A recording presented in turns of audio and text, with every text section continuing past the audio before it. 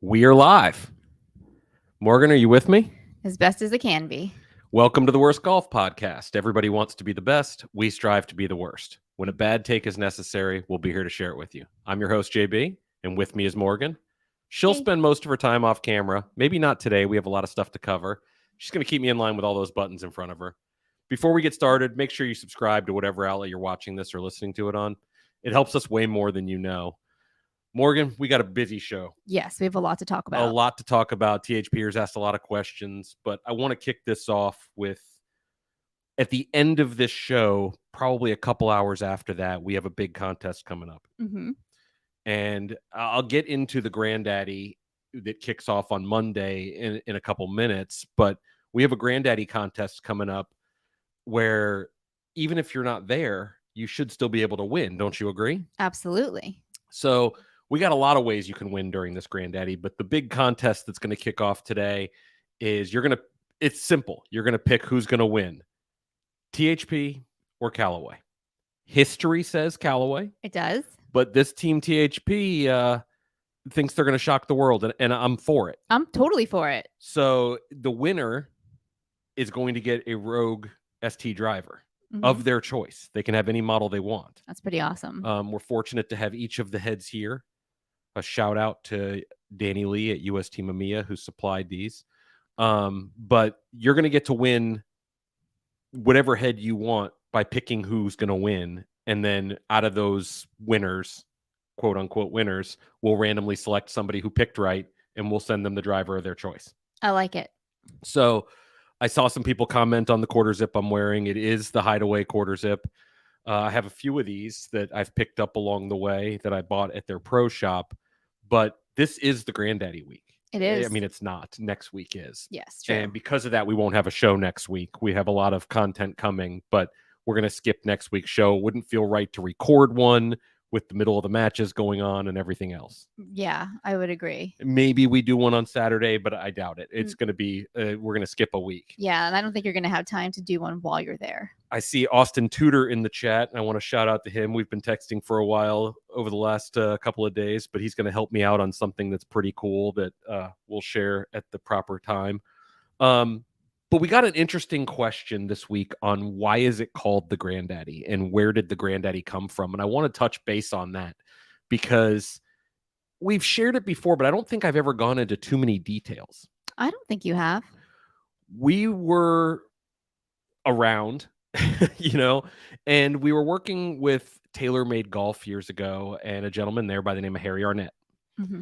And when Harry left and went to Callaway, I sent a congratulations text message. Mm-hmm. I thought it was a better fit for him. I thought there was a lot of things he could do. At the time, Callaway was making a lot of changes. Chip Brewer had come on board.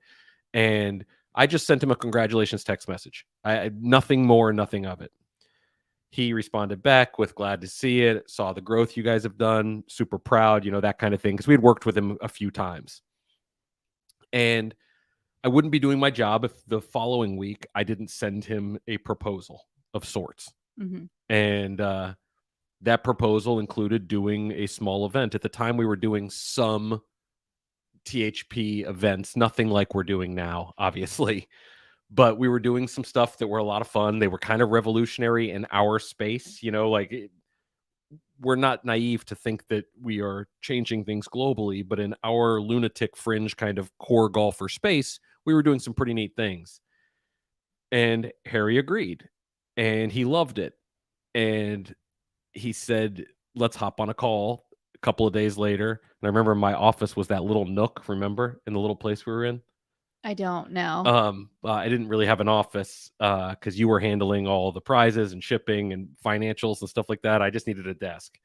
And we got on the phone and he said, I want to do something unlike what's been done. And we talked about doing things that the golf industry people got to do and bringing golfers along and making it the best thing possible. And because of that, it should be called the Granddaddy of Em All. Ironically enough, immediately people went to the Rose Bowl because for years that had been called that. Oh, really? Yes. What's funny is it had nothing to do with that. It came Harry was a wrestling fan growing up in the 80s in the southeast of the United States. Okay. He's from Georgia. And they had an event in the 80s called Starcade. Okay. And Starcade was called the Granddaddy of Em All. It was in December or January. I don't know. My history is not great there. But it was called that, and it was the biggest thing there was. Starcade, the Granddaddy of Em All. So that's where it came from. Interesting. Why does everything always come back to wrestling? I don't know, because we watch Adam Rank a lot, I think. Yeah, but George Kittle goes back to wrestling too. So the Granddaddy of Em All was the biggest event that there was for his region of wrestling. Back then, there wasn't global wrestling. It was more regional. And we went with that. Now, when we did that, I decided I wanted to do a second event and went to him for the name. And at the time, the campaign they were running around was Callaway Kings of Distance. Mm-hmm. So we did an event also called The King. Yes. And that was an East Coast event. And we held it at the Omni in Orlando. Mm-hmm. And the irony being, we chose that spot because I wanted the two captains. One was Harry and one was #Chad. So we had a marketing person and a social media person, each to be captains. And they got these enormous suites. Do you remember that? I do. These suites were like 1,600 square feet in a hotel, 2,000 square feet. And Scott Gorel, Scotty G was there, as well as Jason Finley. Mm-hmm. And I had only met Jason a few times then, but we did that, and then it kind of tied into, well, let's make these things pretty grand, and the rest is history. So that's the backstory of it. I remember sitting in a meeting, and we get pretty deep into the weeds here for full transparency. We were talking about advertising, and the way our business works is we work with these companies to create a package that works for them and works for us and things like that. We're not a not-for-profit, although it seems like it sometimes. But I went into Harry's office at the time, and I want to say Jason was there as well. And we started talking about it, and they threw out something that they thought was fair. And I said, yeah, that works for me. And then they asked if they could have our old tour van, remember? Oh, yeah. And it turned out that didn't work. They couldn't take it. There was too many liability issues there. But that's how it all started. So for those following along, it's been a wonderful ride. Jason Finley's been involved from the very beginning and making this the ultimate event. And when I say it's the ultimate event, it is. This could not happen. You couldn't buy this event. As a golfer, you could not, and most of our THP experiences are like that. But in this case, there's not money out there that could make this happen. You're getting flown to San Diego. Sure, people could buy a plane ticket, right? You're getting a tour of Callaway headquarters. Some people have been able to do that. You know, it happens. You're meeting the entire team, both R&D and everything else that put these products together. Meeting the marketing department, you're going to get to know them well, who bring the products to market. You're getting a sit down with Chip Brewer in the past. I can't say what's going to happen this coming week. And there are people in their office that were like, whoa, you got an hour with Chip Brewer? We can't get 30 minutes with him. And they work there. Not because he doesn't have time for them, just because he doesn't have time right now at that time. This is the busiest time of the year for just about every golf company with the releases coming up. And they dedicate a week to it. And people always ask, do other companies ask to do this? Yes, every year. But there's only one that's capable of doing it the right way. And that's why it's with them every single year. Not to mention it came with it was their idea originally. Yeah. Plus, I would just like to add a quick shout out to Jason Finley, because it is his organization skills that truly make this whole thing come together. And so I need to give him props, because I'm a big organization person. So I very much appreciate that. And that is a good way to give him a shout out. He loves pats on the back, doesn't he? No, he hates it. Well, that's about all he's getting from me since I beat him in fantasy football. That's true. But this is the only THP event that we do not plan. Nope. Morgan and I, it is planned 100% by Callaway. Obviously, they've asked questions in the past of this and that, but it is 100% planned by them. And the amount of dedication that they put towards making it the best golf event possible is astounding. And And it's going to be a fun time. I'm going to jump into some questions now, and we're going to circle back to more Granddaddy talk, but I don't want to make this an entire 45-minute show about it because there are people who listen to this show or watch it that have no idea what the Granddaddy is. Yep, agreed. We hope they're able to follow along. But just remember, when this show ends later on this afternoon, the contest will kick off. I want to give a shout out to a THPer, and I'm not going to mention their name because I don't know if they want that. I'm not sure if they do either. But we got a gift in the mail. Well, it was a gift in the digital mail, but it was for a specific thing. And I've mentioned this thing so many times. That was the most roundabout way of saying you got an email gift card. Yes. Yeah, I get it. Let me go. It's been a long couple of days. Okay. I was up texting with Austin Tudor, AT at Callaway, at 3:45 his time this morning, I think. But we got a pie caken. And it actually arrived. We have not cut open this pie cake, but I want to give a shout out to this THPer. This thing, first of all, it weighs like 20 pounds. Yeah, it's really heavy. And we're going to cut it open when I get back from the Granddaddy, but we will definitely have some pictures up on it. Hopefully in THP celebration. And we'll find out. I think there's a hopeful. There's a hopeful there. Yeah. And then if not, you drown your sorrows in cake. Down your sorrows in cake. I like that. Jumping to some THPer questions, we got one about bucket list courses, and I think it's super interesting because, like a lot of the people in the golf industry, when you talk about this, you get kind of spoiled. Yes. I've been fortunate to go on media trips to all different places, and I'll take you back. It's kind of about the Granddaddy when we were planning our events, and Jason Finley texts me. He's like, "You're not going to believe this. We're able to get the Hideaway." Mm-hmm. And my next question was, let me run to Google. What the heck is the Hideaway?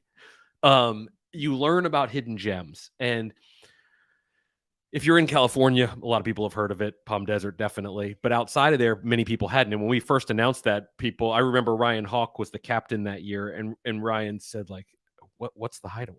Yeah, none of us knew what it was.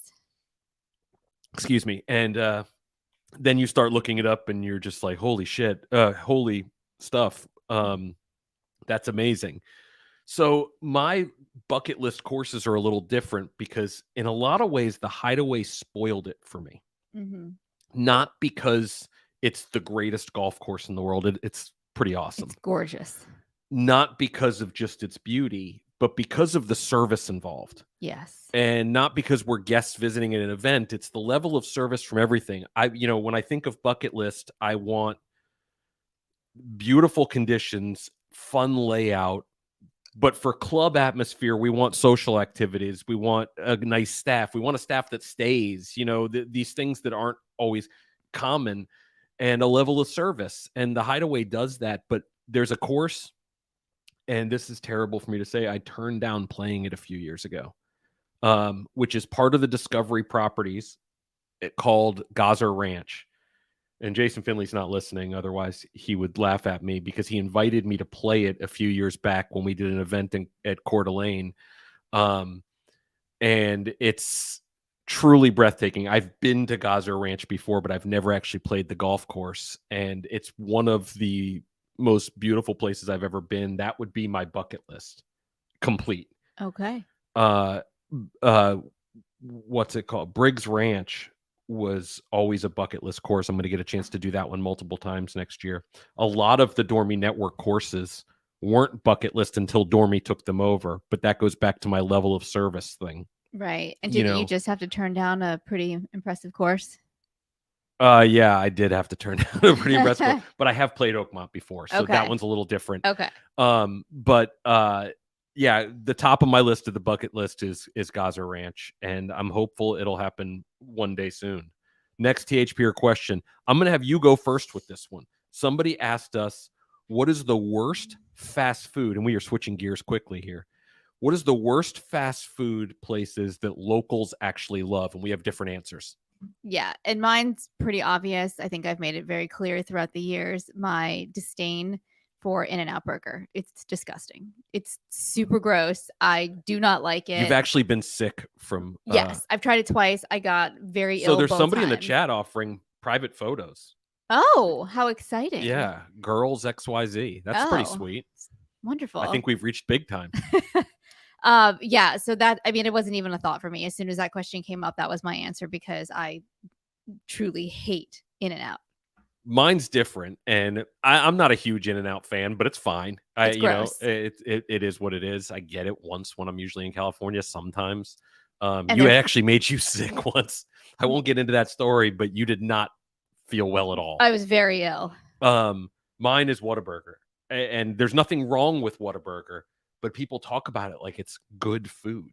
Well, the spicy ketchup is. The spicy ketchup, you have to drown everything with spicy ketchup to make it edible. It's also expensive. It is for expensive fast food. For fast food. I know that Texans, like, you're insulting. It's like kicking their puppy when you say this. Mhm. But no, it's just not good. The chicken tenders are edible off the menu. That's about it. But otherwise, no, it's not good. In-N-Out, the fries ruin that place completely. they're They're horrible. absolutely horrible. So are their burgers and everything else.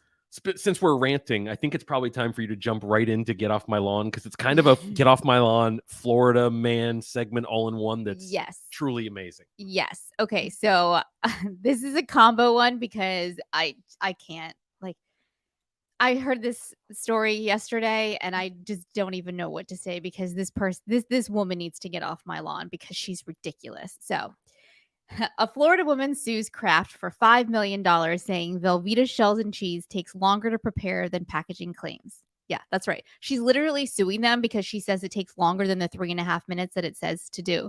So I'm going to briefly read some of this. I'm going to give you kind of like a Cliff's Notes version. But on November 18th, Florida resident Amanda Ramirez sued the Kraft Heinz Company for at least $5 million over what she claims to be deceptive and fraudulent packaging. She said that to provide consumers with a product that is actually ready in 3.5 minutes, the product would need to be cooked in the microwave for less than 3.5 minutes so that all the preparation steps could be completed in the 3.5 minute time frame. This is how the lawsuit read. The suit lists the mac and cheese as 5 instructions that appear on the product packaging, from removing the lid, adding the water, microwaving it, and then stirring in a powdered cheese sauce into the resulting cooked pasta takes longer than 3.5 minutes. So she's claiming this is fraud and she's suing them for $5 million. That is absurd. On so many levels, this is so ridiculous. The best part of this whole thing is, yes, that whole thing is ridiculous, but also this lawyer that's representing her has done this like 400 times. Literally, the actual number is 400 times. Also, like most Florida man segments, this person's not from Florida, but moved to Florida. Can you Midwesterners that are crazy just stay out? This is ridiculous. This is so ridiculous. It's just awful on every level, and it is the perfect Get Off My Lawn. Yeah. Should we jump back into some THPR questions? Yeah, we have so many of them. Let's do it. Okay. Next THPR question: wedge names, are they outdated? So what they mean by that is pitching wedge, sand wedge, lob wedge.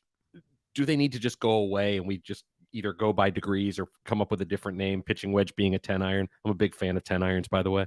I had a set that had a Honma set that had a 10 iron in it. To me, yes, they're right, except one problem. Mm-hmm. Is there one thing we've learned about golfers over the years? They don't do change well. They do not do change. So it's not often you actually, other than sets, that you see something advertised as a sand wedge or a lob wedge. You choose, your lofts based on the design, and if the design has something a little different. I'm not a big choose by loft. I'm a big choose by, gap distance, but they probably should change. We probably should have a 10 iron instead of a pitching wedge, but it's not going to, because golfers would lose their mind over this. Well, and then you'd have to have every single company do it at the same time. Otherwise, you'd have some companies that change and some that don't. And then it's the whole confusion, like with shafts, where some stiff shafts are not the same as other stiff shafts. And agreed. I think that would be just complete chaos. Absolutely agree. Next question is going back to the Granddaddy a little bit, but it really goes for any of our experiences.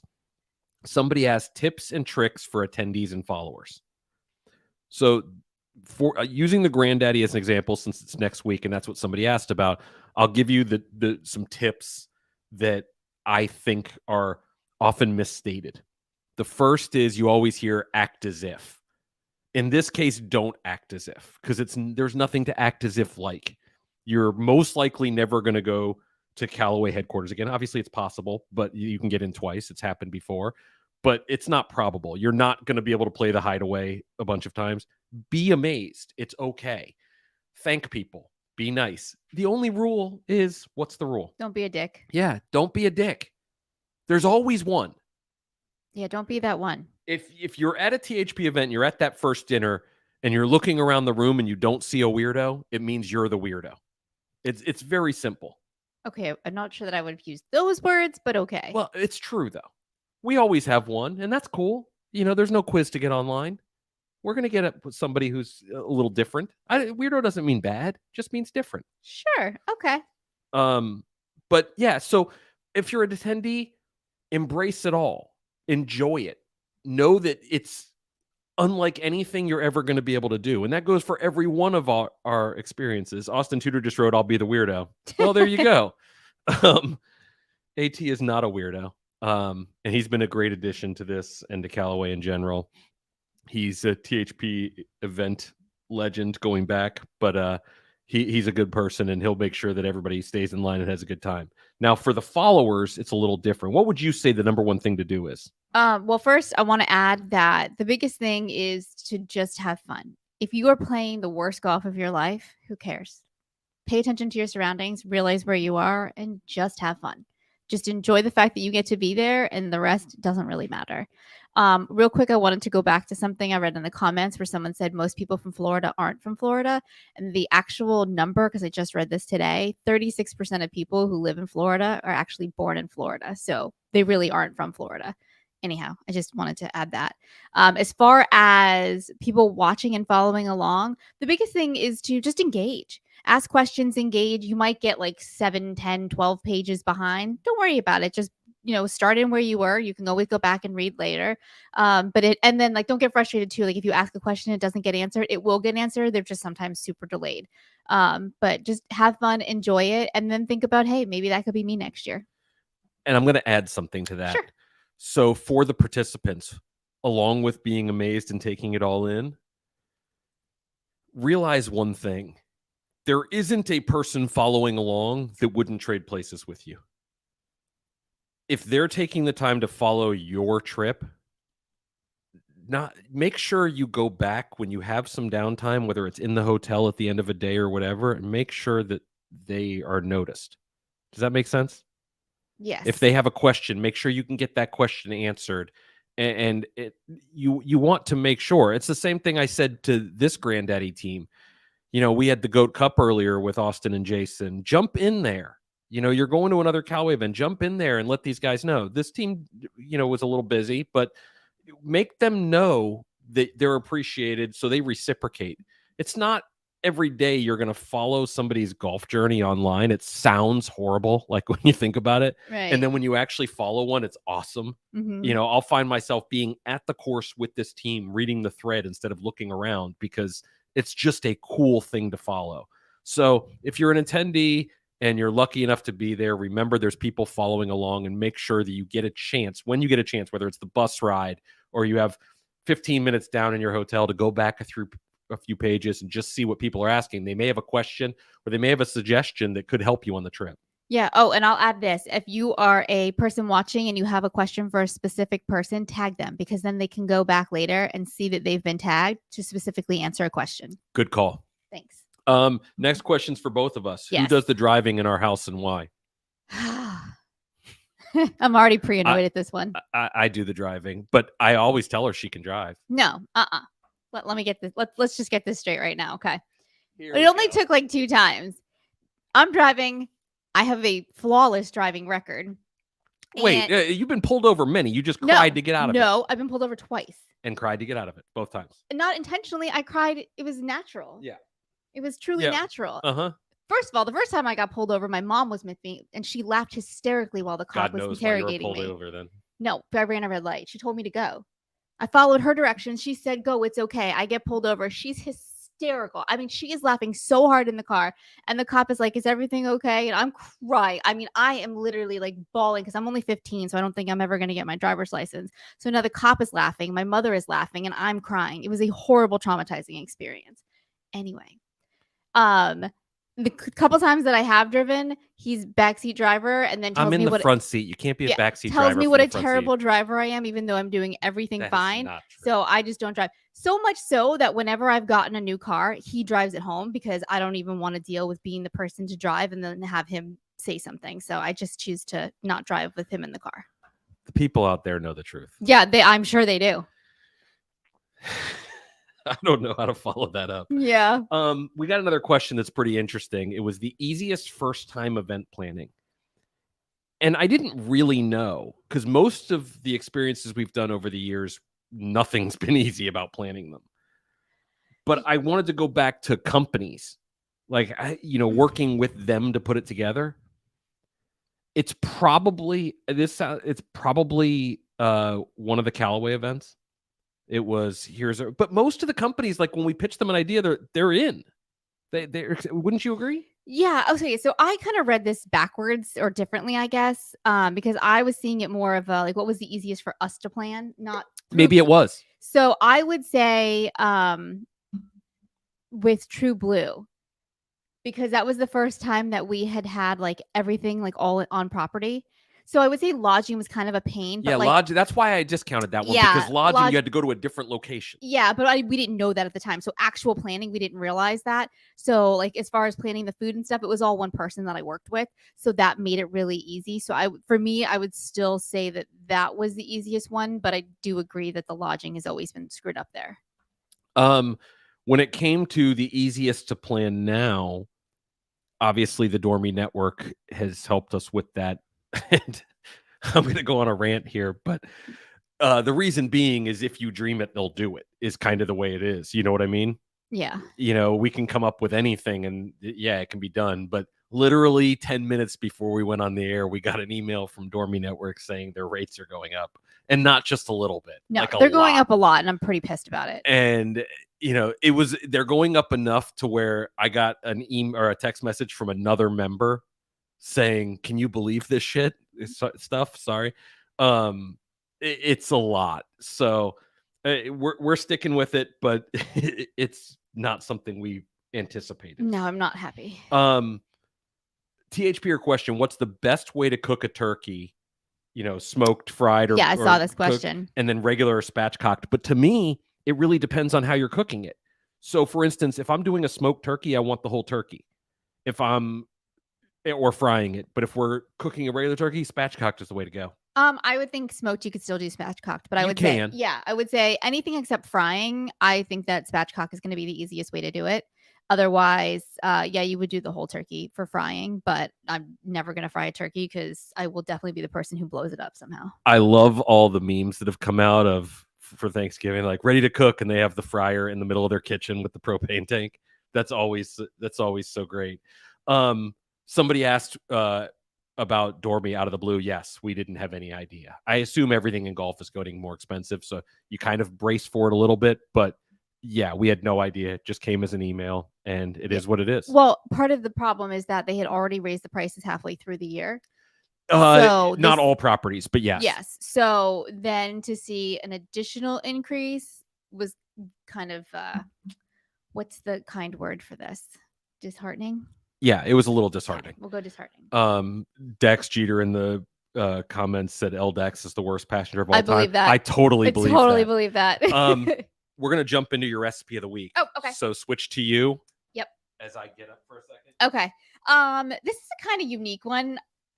I hope that you guys like this one. I think it's really good. Josh actually loves this one, and I was shocked because this was one of those things that like I totally just threw. Like I was like, you know what? I'm just gonna give it a try and see what happens. So it's a Philly cheesesteak sloppy Joe. It sounds kind of weird, but I don't know. I think it's really good.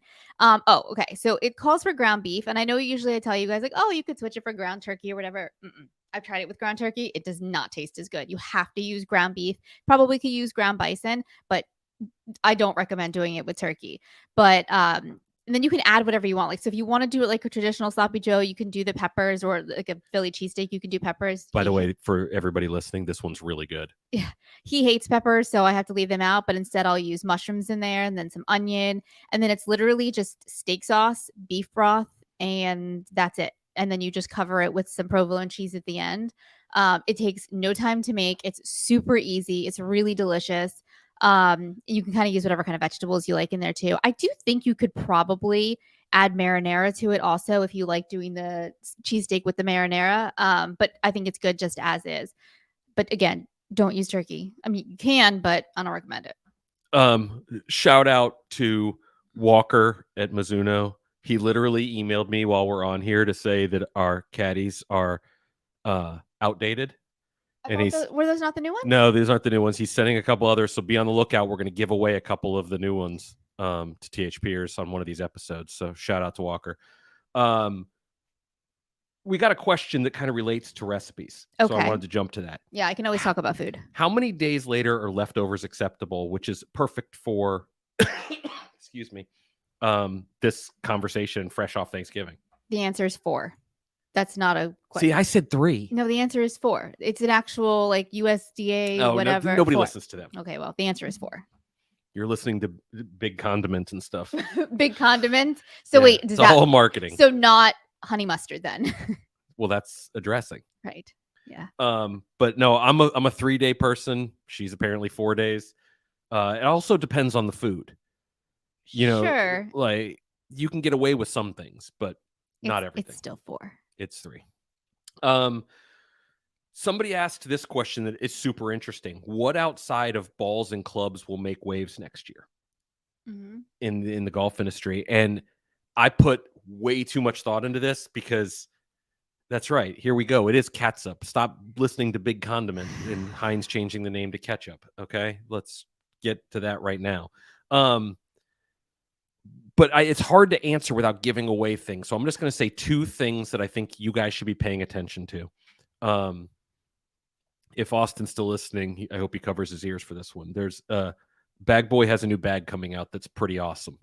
It's worth paying attention to when that launches. The second one, Austin, you can uncover your ears because it's Callaway gloves. They are fantastic. The new glove coming is something you should definitely be paying attention to. Eliminating balls and clubs makes it harder, don't you think? Yeah, a little bit. Because there's a couple of golf balls that I think people should definitely be paying attention to. And but I'm going to eliminate those. So those 2 things definitely pay attention to. And I have a couple things coming out in January, not me personally, that I'm going to highlight on travel covers and things like that are must pay attention to. I'm just going to respond. A couple of people said that some food tastes better the next day. That is very true. Things like chili and stew taste much better the second day. And according to Michael Irvin, cold spaghetti. Cold spaghetti. Yeah, he loves his cold spaghetti for breakfast. Another question. 3 adjectives to describe the Granddaddy. Well, shit. This was really hard to do. And some of mine aren't really adjectives. No, I don't even know what this first one is that you put in the notes. If you know, you know. Oh, is that what that is? Yeah. Oh. How old are you? Get with the times, man. I'm old. The first one is if you know, you know, because not everybody in the world knows what the Granddaddy is. Sorry. No. What's going on? Somebody asked if the Callaway gloves are going to have your palm thing. No, but Austin, if you're still here, make it happen. I want the rain glove like this with the goat logo. How cool would that be with a goat on the front? Oh, that would be adorable. Yes. Nate, I need that. I need that to happen. Oh, and Austin is still here. I see him in the chat. I don't know if he's actually listening. It could be on mute. He just likes looking at the quarter zip or something. Present. But if you know, you know. So there's 1 million people out there who have no idea what this is, and probably 1 million that know what it is. If you know, you know. That's the perfect, adjective. The next is unimaginable. Everything you think it's going to be, it's better. Everything. And this goes for somebody, if I'll use Tevener as an example because he's in the group chat. He went last year. Mm-hmm. He's going this year as the ASCAP, which is a great name that the THPers came up with instead of assistant captain. It's going to be different this year. And guess what? It's going to be better. Yeah. It's always better. Yeah. I don't know how they do it. It's secret sauce, I guess. I don't know. Secret sauce. And the last one is impossible. And I kind of touched on that before. It's not possible to do this. And the fact that it happens is simply unimaginable. See how I tie those together? I like you like that? Yeah. you already touched on your Florida man thing, but I wanted to say I mentioned earlier we got a gift from a THPer. I actually got another gift from a THPer. Okay. And this one arrived a week and a half ago. Oh, and so delicious. we didn't get a chance because we didn't do a show last week during the holidays, but I want to shout out to them too. It was these kolaches. Yeah, they were the kolaches, but was it Walnut. walnut kolaches? Yes. So for us people that are members of the tribe, us Jews, It was like rugelach. it's like rugelach. It's a dessert that we've had forever, and a kolache is a lot like that when it's the sweet, like the hazelnut. We polished those off in a couple of days. So yeah, we destroyed them. They were delicious. I've seen that THPer is in the chat, and I just want to say thank you. What's that? I was like, there's a lot of silence. You gonna talk? No, so going way back to after we did the goat, which was an event we did with Callaway at Ballyhack because they have goats there. We had a conversation that night about what would it cost, and we later brought that to the show. What would it cost to be a vegetarian? You know? Can I just say something really quick? Go for it. Okay, so I actually have a Ballyhack shirt, and I love it. It's pink and it's black, and I almost wore it today, but then we got that email, and I was pissed, so I refused to wear it. I just wanted to share that. That's pretty funny. Yeah. We were having a conversation of like, what would it cost to give up meat? Mm-hmm. Or if you were a vegetarian, what would it cost to give up vegetables? Well, somebody asked us on the forum for this show. Jeff Spicoli, I believe. Jeff Spicoli? I think so. Asked, would you give one, like if you had to choose which one to give up, what would you do? Obviously, for me, I would give up vegetables because there's only about 5 of them I eat. Actually, it's not true. I eat a lot of vegetables. I just don't eat the shitty ones. Okay. But what would you do? Because yours is a little different. You know, I thought about this, and this is a really hard one for me. I think I would have to give up meat over vegetables just because. She's lying. No, because I can find protein in vegetables, and I need freshness every now and then, and meat can be really heavy. So I would have to give up meat if I had to choose, but I don't want to because I'm a meat eater. But yeah, vegetables. You've given up vegetables for 40 years. And like I said in this, no, and like I said, I'm a lot older than 40, but I appreciate that. I'm assuming that your parents made you at least try to eat vegetables till about 9. I eat a lot of vegetables. I just corn, aged you a year. Sorry. Potatoes, onions, salad. Mashed potato does not count. No, first of all, mashed potatoes are delicious. Or French fries still doesn't count. Basically, the only vegetables I don't eat, all of them, are peppers and broccoli, and I'll even eat broccoli. You know that. I love Brussels sprouts. You do eat Brussels sprouts. I will give you that one. I love salad and things like that. But so how many times have I made something, even like a pot pie, which is meant to have it's got too many veggies. Exactly. This is exactly because, but if you did it it's too vegetable-y. That's what he always said. It's too vegetable-y. Yeah, it is. I don't need a bunch of peas and carrots. Now, I eat peas and carrots because they're delicious. No. And they're good for you. Yes, fish counts as a meat for the person in the chat, and fish is delicious. Ugh, I could give up fish tomorrow. I'm good with that. And moving on to the THPer questions, they wanted my perspective of the golf industry, hot or cold, in relation to the last couple of years. And I try to study this stuff pretty well. To me, the golf industry will remain hot as it relates to pre-pandemic 2019, 18, things like that, where the golf industry was okay. Mm-hmm. We had some issues with a couple of brands. TaylorMade had been way down, things like that. But right now, I suspect 2023 will continue being better than 2019, but I do not think it will be as strong as 21 or 22.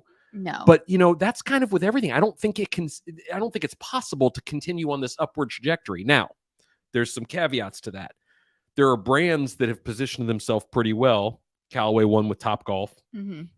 and things like that, I don't see a slowdown necessarily, but I do think that there's some retail staleness in certain segments, apparel, bags, things like that. And I want to see the brand who comes out and starts messaging that stuff. I remember 5 shows ago, I did this thing on bags, how there was a lot of innovation going on in bags. But when you get to the store, it's just like they're in a line. There's a sea of golf bags, and you basically choose based on the pockets you like and the color. And I hate that because I think there is a difference from bag to bag. Yeah, there's just no way to get the message out. Yeah, so I want to see messaging, and maybe that's something we need to do a better job at, is talk about the messaging, because golf bags are not all the same. No. Like they're just not. And I see these brands that are direct to consumer brands out there just throwing out bags that they look cool, but they're shit. Sorry. They're not as well made. Let's put it that way. Crap. You can use the word crap. Okay, crap. So to answer the question in the long-winded way, which I have a tendency to do, will it be as hot? Maybe not. It's not going to go cold though. Not in my I don't know, expertise, guess, education. I don't know.